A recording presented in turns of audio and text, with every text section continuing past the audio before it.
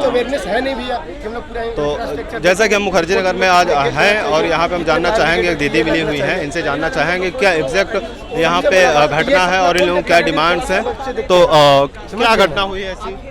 Sorry, किस घटना को लेकर आप लोग यहाँ पे हैं? जो राव कोचिंग परसों राव कोचिंग में जो 3 स्टूडेंट्स की मौत हुई है। अच्छा, वहाँ पे क्या इंसिडेंट हुआ, आपको जानकारी होगी? वहाँ पे बेसमेंट में जो पानी भर गया था और कोचिंग की लापरवाही से। तो आप कोचिंग से ऐसी क्या डिमांड्स, कोचिंग या प्रशासन से आपने कोई डिमांड्स रखी हैं? बेसिक फैसिलिटीज होनी चाहिए और रिस्पॉन्सिबिलिटी भी होनी चाहिए। जब कोई स्टूडेंट टॉप करता तो 10 कोचिंग्स दावा ठोकती हैं हमारे स्टूडेंट है, लेकिन अगर किसी के साथ कोई हादसा हो जाता है तो सब हाथ खड़े कर देते कि हम कोई भी अभी तक ना विकास दिव्य कीर्ति सर की कोई इसके ऊपर कोई स्टेटमेंट आया है ना और कुछ ही कोचिंग्स का। वैसे तो ये इतना मोटिवेट करते हैं बच्चों को, गांव के बच्चों को बुलाते हैं और ऐसे रूरल बैकग्राउंड के बच्चों को ऐसे लालच देते हैं, गाड़ी बंगला ये सब का। अब रील देख के आते हैं, लेकिन बेसिक फैसिलिटीज यहाँ पे नहीं है। हम यहाँ पे मरने थोड़ी आए, अपना भविष्य संवारने आए, अपने घर परिवार को छोड़ के अपने माता पिता की जमा पूंजी अपने इन लोगों को दे रहे हैं, इनके लिए कोई रिस्पॉन्सिबिलिटी नहीं बनती। ये बताओ, इधर आओ भाई। हाँ भैया से हम जानना चाहेंगे।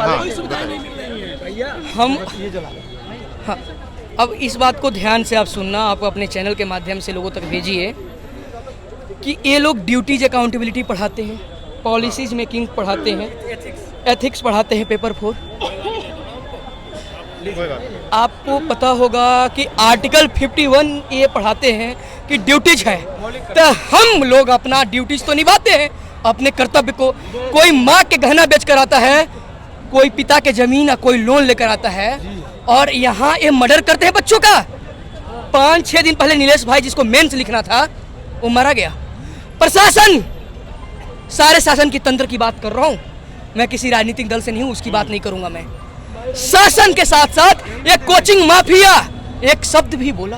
कोई आया, मैं 2 दिन से वहाँ बैठा हुआ था करोल बाग में, आज अभी आया हूँ, पता चला हमारे मुखर्जी नगर में हम लोग कैंडल मार्च ऑर्गेनाइज कर रहे हैं। तो आप ये बताइए, बड़े बड़े ये लड़कियां लड़के जो बच्चे फ्रेशर हैं, मैं देखता हूँ, बात करता हूँ, तो ये बोलते हैं हमारे गुरु है ओझा सर, विकास दिव्य कीर्ति गुरु हैं, खान सर गुरु हैं। अरे तुम्हारा गुरु एक भी तो नहीं आया, फ्रॉड है। और इन कोचिंग माफियों को 2-4 को लटका और उसके साथ शासन वालों को भी लटका दो, देखो सारा सिस्टम सुधर जाएगा। आप बोलोगे ऐसा क्यों बोल रहे हो? क्योंकि इसी भंडारी बिल्डिंग में 5 मंजिला से हमारा साथी अपनी जान बचाने के लिए क्या कर रहा था?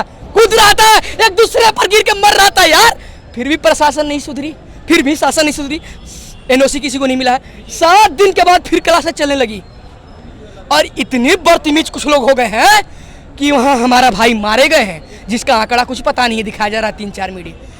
लेकिन कुछ लोग रील्स बना रहे थे। रील्स क्या बना रहे थे पता है आपको? कुछ नहीं होगा तो तजुर्बा होगा, तजुर्बा नहीं होगा ना तू मौत दे रहा है, मौत का सौदागर है। अगर मैं तू एक शब्द आके बोल दिया होता कि हम सारे छात्रों के साथ हैं, इस आंदोलन में साथ खड़ा हो गया था, तो तू हमारा हीरो रहता। अरे हीरो रहता, तू हीरो रहता, किसी का भी, सारे कोचिंग माफिया उसके बोल रहा हूँ। लेकिन प्रशासन क्या आप लोगों की, मैं अभी हमारा भाई मारा गया है, क्या हम भाई की बात करेंगे? भैया सुनिए, हाँ, अभी रूम पर हम बाद में आएंगे, बोलने का मौका दीजिए, हम लोग आए साथ में, सबके आ रहे हैं, सुन ले। आप लोगों का कोई प्रशासन से कोई बात हुई है? देखिए, वहाँ हम लोग बैठे थे करोल बाग में, अपने तरीके से वो लोग आए। हद तो तब हो गई, हम लोग वेट करते रहे, 2:30 बजे तक वेट किए। जब हम लोगों ने Karol Bagh metro station block करने के लिए बैठे होने के बाद खड़ा होकर जाने लगे तो गोले बरसाए गए, लाठियां बरसाने लगे लोग। प्रशासन से आपकी कोई बात नहीं हुई है? प्रशासन से कोई सिर्फ बोली जा रही है। कोई मुझे पता है कि इन लोग की साठ-गांठ होती है कोचिंग माफियाओं और शासन के साथ। जानते हैं कि युवा 4 दिन चिल्लाएगा। मैं भी देखिए, कल मैं भी वहीं था जी। जो आप बता रहे हैं कि 3 लोगों का है, कल प्रशासन ने बताया कि 8 लोगों का हो चुका है ना? हमने 3 नहीं बोला, प्रशासन ने बताया है कि 8 का हो गया, 3 अभी आइडेंटिफाई होने के लिए बचे हुए हैं। लेकिन आग लगी थी उसका कुछ आया, कुछ नहीं, किसी ने तो अगर मैं सवाल करो इनसे तो झूठे केस और आपको धमकियां देते हैं। क्या प्रशासन ने 10 लाख रुपए का बोला गया है जो कैजुअलिटी? क्या किसी के माँ बाप के, एक मिनट मैं आप पूछ रही है 10 लाख आप बोले हैं ना अभी, पहले कंप्लीट होने दीजिए, बात तो कंप्लीट होने भगवान। 10 लाख बोला गया है, क्या एक किसी मौत का सिर्फ 10 लाख? सोचिए देश के पूरे देश के लोग सुने, क्या वही अधिकारी किसी के जान गरीब मजदूर किसान मध्यम परिवार का बच्चा आता है? अगर मैं अडानी का बच्चा रहता, अंबानी का बच्चा रहता, अमित शाह का बच्चा रहता, तो क्या 10 लाख रुपया देकर बेच देते? क्या ये बताइए 10 लाख रुपए अगर वो एक डेथ के लिए दिए हैं, क्या हम लोग ये नहीं कह सकते हैं कि 10 लाख रुपए आप लीजिए और नौकरी छोड़ दीजिए? ये भी तो आप ऑप्शन रख सकते हैं ना भैया। पहले मैं अपनी बात ये कहना चाहूँगा कि यहाँ पे हत्याएं लगातार होती रहती हैं बच्चों की। कभी आग लगता है, कभी मतलब ज़मीन मतलब कहीं फंस जाते हैं, ऐसे हत्याएं होती रहती है। क्या होता है कि हम मतलब क्या प्रशासन क्या बोलता है भाई? बोलता ही है कि हम कड़ी कार्रवाई करेंगे। इसके बाद बरसाती मेढक वाला हाल है भाई, बरसात आए कि बाहर निकलेंगे, बरसात गई अंदर चले गए। यही बात है भाई प्रशासन की। और नेहरू भाई कौन नहीं जानता है नेहरू बिहार में क्या नहीं है? नेहरू बिहार में भाई सफाई नहीं है, बारिश हो रहा है, अभी डेंगू फैलने वाला है, ठीक है? अब बच्चे लगातार मर रहे हैं, कौन देख रहा है भाई? जो भी आप लोगों की मेन डिमांड्स ऐसी कि यहाँ प्रशासन सर ये है कि यहाँ पे सफाई होनी चाहिए और जो बच्चे मरे हैं उनको सही आंकड़ा आना चाहिए और सभी को न्याय मिलना चाहिए। 2 करोड़ रुपए और 2 करोड़ रुपए और सर जो नौकरी वगैरह है सर वो बात करिए, बढ़ाइए आगे आप। एक उनके परिवार को एक सरकारी नौकरी दी जाए और 2 करोड़ रुपए मुआवजा दिया जाए जितने भी हमारे भाई बहन खत्म हुए हैं, और उसका सही आंकड़ा दिया जाए। और ये जो बेसमेंट में जितने भी कोचिंग संस्थान चल रहे, चाहे नेहरू बिहार में चाहे करोल बाग में, वो किसके परमिशन से और किसके सिंडिकेट से चल रही थी, इसमें कौन कौन इन्वॉल्वमेंट है, उनका जवाबदेही तय होनी चाहिए। और लाइब्रेरी की जो व्यवस्थाएं हैं वो भी किस तरीके से चल रही हैं, वो कहाँ से चल रही हैं, ये सिंडिकेट है पूरा, और उनकी जवाबदेही तय होनी चाहिए। और ये सब व्यवस्थाएं कहीं ना कहीं जो है छात्रों के लिए गंभीरपूर्ण हैं। कई जगह हमने देखा क्लासेस 3रे या 4थे मंजिले में भी चल रही हैं, लेकिन अभी तक मैंने जहाँ तक बात किया है लगभग लोग बेसमेंट ऊपर क्यों नहीं जा रहे हैं?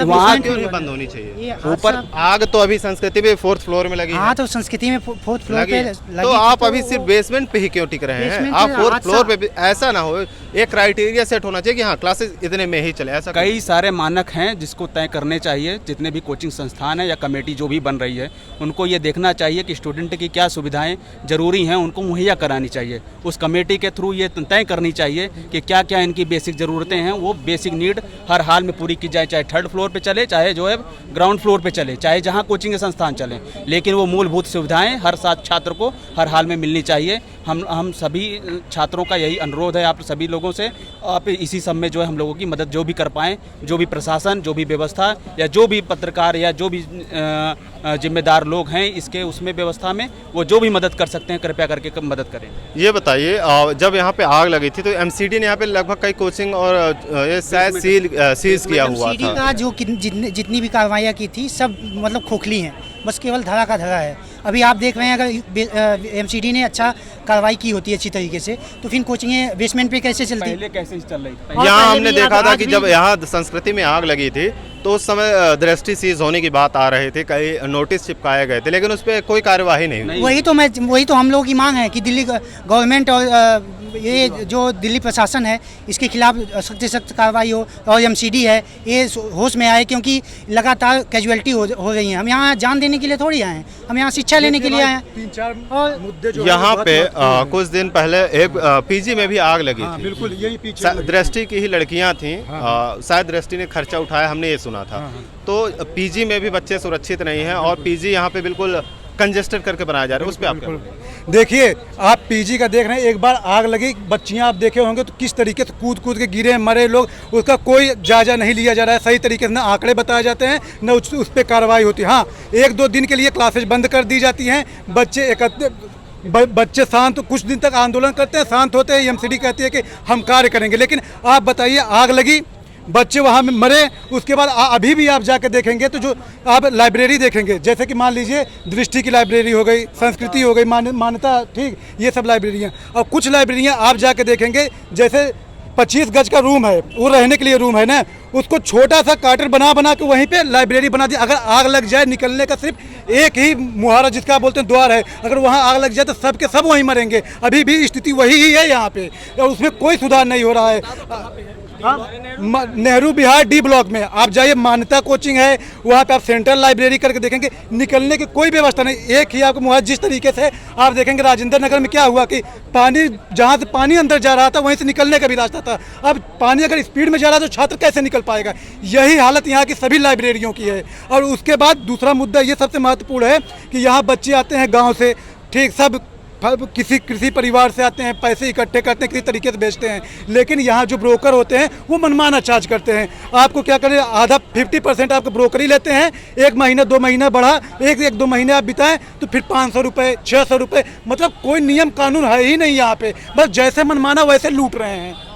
तो ये बताइए, आने वाले छात्र जो भी होंगे क्या सावधानियां बरत के यहाँ पे आए, आप इस पे क्या कहें? देखिए, कुछ चीज़ें जैसे आप सोशल मीडिया पर देखते हैं कि आपको मतलब बहुत खूबसूरत बातें बताई जाती हैं, आपको मनमोहक किया जाता है कि आइए, कुछ नहीं, जैसे आप भाई लोग बोले तजुर्बा होगा, क्या आप इतने पैसा खर्च करके यहाँ तजुर्बा लेने आते हैं? और तजुर्बा अगर आप ले रहे हैं तो अगर कल आपकी जान चली जाए, इसका जिम्मेदारी कौन लेगा? कोई तो एक होना चाहिए ना पूर्णतः जिम्मेदारी लेने के लिए। अगर कोई बच्चा अपने माँ बाप को छोड़ के यहाँ पे आ रहा है तो उसकी जिम्मेदार कौन है? आप तो सारी चीज़ बोल दे रहे हैं कि ठीक है आप आइए, आपको तजुर्बा होगा। अगर कोई दुर्घटना हो जाती है तो इसकी जिम्मेदारी कौन लेगा? आपने तजुर्बा कहा लेकिन इतनी घटना हुआ, आपने कुछ नहीं बोला, तो इससे क्या निकल के सामने आता है कि सिर्फ आप अपनी बिजनेस को चला रहे हैं, छात्रों के हित में कोई बात नहीं कर रहे हैं, न छात्रों से आपका कोई मतलब है।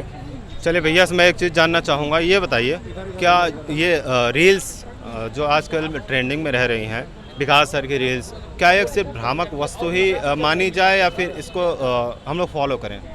सर भाई, मैंने देखा है कि लोग यहाँ पे 10th करके 12th करके आ जा रहे हैं। आप बताइए कि वो 2 साल का प्रिपरेशन करेंगे, उसके बाद भी 1 साल बाद वो एग्ज़ाम देंगे, तो बताइए वो किस लिए यहाँ पे आ रहे हैं भाई? 1 साल बैकअप लेके क्यों आ रहे हैं? क्या ये 4 साल की तैयारी है? बताइए, यूथ अपना टाइम लॉस कर रहा है यहाँ पे आके। 4 साल 5 साल 6 साल हो जाता है लेकिन प्री नहीं निकलता है। क्यों नहीं निकलता? क्योंकि वो गलत समय स्टार्ट करता है तैयारी।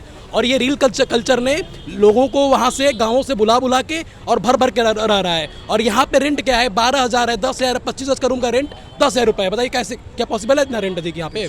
बताइए। मैं करोल बाग गया हुआ था कल, वहाँ की मैंने रोड देखी है, रोड तो बहुत बढ़िया है, लेकिन वहाँ से अगर पानी भर जाए निकलने का कहीं रास्ता नहीं देखा। क्या यहाँ पे भी ऐसी कोई समस्या है? भाई RO का पानी हम लोग 60 रुपये का भी जो 20 लीटर का बॉटल आता है, का पानी जो नॉर्मल, पूरी बात सुन लीजिए, RO का पानी जो हम लोग पीते हैं वो 60 रुपए का आता है। आप पता करिए पूरे दिल्ली में, पूरे भारत में कहाँ 60 रुपए लीटर का 20 लीटर पानी मिल रहा है, लेकिन हम लोग को पीना पड़ता है क्योंकि पानी साफ नहीं है, सफाई नहीं है, ठीक है, डेंगू फैलने वाला कोई सफाई नहीं है, ठीक है। और क्या बोलते हैं कि रेंट बढ़ता जा रहा है, ब्रोकर मनमानी करते हैं, बिल्डिंग खरीदते हैं और बेच देते हैं और फिर उनको ब्रोकरी दोबारा दो। बताइए ये क्या जस्टिस है हम लोग के साथ? कोई रूल रेगुलेशन तो होना चाहिए सर।